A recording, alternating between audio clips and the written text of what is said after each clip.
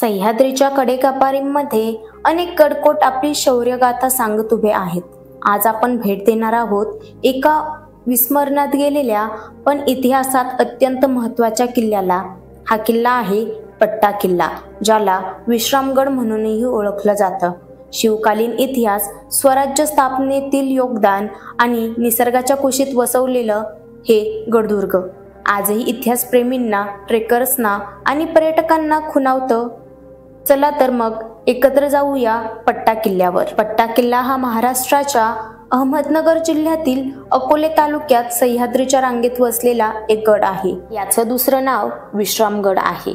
याची उंची सुमारे 4562 फूट म्हणजेच 1390 मीटर इतकी असून तो अकोले तालुक्यातील पाचपट्टा या गावाजवळ आहे. हा किल्ला सह्याद्रीच्या पठावर असल्यामुळे हवामान नेहमी आल्हाददायक असतं. या किल्ल्याचं नाव विश्रामगड का पडलं याची ऐतिहासिक कारणे आहेत. याबाबत आपण पुढे सविस्तर माहिती घेणार आहोत. पट्टा किल्ला मूळचा आदिलशाही किंवा निजामशाही काळात बांधण्यात आला असावा. त्याचा उपयोग टेहानीसाठी केला जात असे. किल्ला भौगोलिकदृष्ट्या महत्त्वाच्या ठिकाणी असल्यामुळे इथून संपूर्ण परिसरावर नियंत्रण ठेवता येत होतं. 1671 मध्ये छत्रपती शिवाजी महाराजांनी हा किल्ला जिंकल्याचा उल्लेख आपल्याला ऐतिहासिक दस्तऐवजांमध्ये सापडतो. हे अभियान केवळ सामरिकच नव्हे तर धोकात्मकदृष्ट्याही फार महत्त्वाचं होतं. विश्रामगडावरील त्र्यंबक दरवाजा हा किल्ल्याच्या मुख्य दरवाजांपैकी एक महत्त्वाचा आहे. हा दरवाजा मजबूत दगडी बांधकामाचा असून संरक्षणात्मक दृष्टीने अत्यंत महत्त्वाचा होता. दरवाजावर शत्रूपासून बचावासाठी बुरुज आणि चौकीची व्यवस्था होती. आजही हा दरवाजा इतिहासाच्या साक्षीदाराप्रमाणे भक्कम उभा आहे. गडावर एक प्राचीन देवीचे मंदिर देखील आहे, जे स्थानिक भक्तांसाठी श्रद्धास्थान मानले जाते. हे मंदिर सध्या दगडी बांधकामाचे असून निसर्गरम्य परिसरात वसलेले आहे. यात्रेच्या वेळी भाविक येथे दर्शनासाठी येतात. मंदिराच्या परिसरात शांतता आणि आध्यात्मिक ऊर्जा जाणवते. याच किल्ल्यावर एक ऐतिहासिक घटना घडली. शिवाजी महाराज सुरत स्वारीवरून परत असताना काही काळ विश्रांतीसाठी इथे थांबले होते. त्यामुळे याला विश्रामगड असे नाव पडलं. मुघल साम्राज्य आणि पेशवे काळात या किल्ल्याचे मालकी हक्क अनेक वेळा बदलले. 1818 मध्ये इंग्रजांनी हल्ला करून हा किल्ला आपल्या ताब्यात घेतला. त्यानंतर मात्र या किल्ल्याचे लष्करी महत्त्व संपुष्टात आले. विश्रामगडावर छत्रपती शिवाजी महाराजांचे एक छोटेसे स्मारक असून ती स्थानिक लोकांच्या श्रद्धेचा आणि इतिहासप्रेमाचा विषय आहे. हे स्मारक महाराजांनी या गडावर केलेल्या विश्रांतीच्या आठवणीप्रमाणे उभारले असावे अशी लोकमान्यता आहे. हे स्मारक दगडी चौथऱ्यावर असून साध्या पद्धतीने बांधलेले आहे.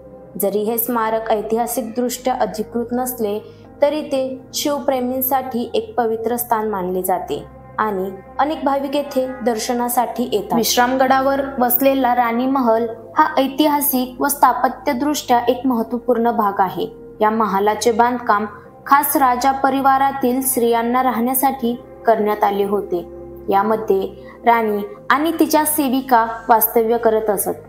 राणी महालाची रचना त्या काळातील राजवाड्यांच्या रचनेप्रमाणे सुंदर, सुरक्षित आणि सुबक होती. या महालात वेगवेगळ्या खोल्या, विश्रांतीगृह, स्नानगृह आणि अंगण यांचा समावेश होता. बांधकामासाठी दगड आणि चुन्याचा वापर करण्यात आला होता. छत व भिंती मजबूत असून हवेशीर खिडक्या आणि दरवाजे यामध्ये दिसून येतात. काही भागांवर कोरीव कामही आढळते, जे त्या काळातील कारागिरीची साक्ष देतात. राणी महालाचा परिसर तुलनेने सुरक्षित आणि एकांतात होता, जेणेकरून राजघराण्याच्या स्त्रियांना गोपनीयतेत राहता येईल. महालाच्या जवळ पाण्याची व्यवस्था, तुळशी वृंदावन आणि पूजेसाठी छोटंसं देवालयही होतं. काही ठिकाणी भिंतींवर फडफडलेली चित्र किंवा सुशोभित नक्षीकामाचे अवशेष आजही पाहायला मिळतात. गडावरील हत्ती हौद हे किल्ल्यावर असलेले एक प्राचीन आणि महत्त्वाचं जलसाठ्याचं ठिकाण आहे. हा हौद मोठ्या दगडी बांधकामाचा असून त्यात मोठ्या प्रमाणात पाणी साठवता येत असे. पट्टा किल्ला आज ट्रेकिंगसाठी प्रसिद्ध झाला आहे. जंगलाने वेढलेली वाट, उंच सखल चढण, निसर्गाची भरभरून देणगी आणि गडावरून दिसणारा नजारा हे सगळं निसर्गप्रेमींसाठी पर्वणी ठरतं. इतिहासात गडकोटांचं स्थान खूप मोठं आहे, पण काही गड असे असतात जे गाजावाजा न करता शांतपणे आपलं अस्तित्व टिकवून ठेवतात. पट्टा किल्ला म्हणजेच विश्रामगड हा असाच एक दुर्ग. शिवरायांचा विसावा, इतिहासाचा साक्षीदार आणि निसर्गाच्या सानिध्यात आजही अभिमानाने उभा असलेला या गडाला भेट देणं म्हणजे केवळ ट्रेक नव्हे तर इतिहासाशी साक्षात्कार. चला तर मग पुन्हा भेटूया अशाच एका गडावर. तोपर्यंत जय जिजाऊ, जय शिवराय. धन्यवाद.